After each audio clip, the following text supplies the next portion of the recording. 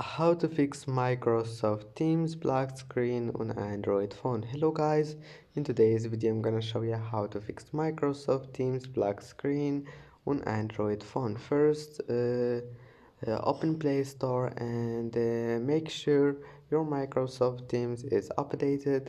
If you find here update, just click on it, and then let's move to the next step.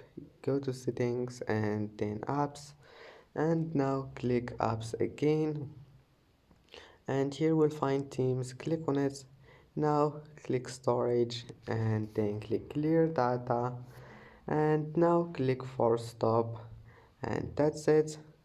uh, don't I mean click clear data, not clear cache, and that's it. Now log in again to your account and your problem must be fixed. Please don't forget to like, and see you in the next video.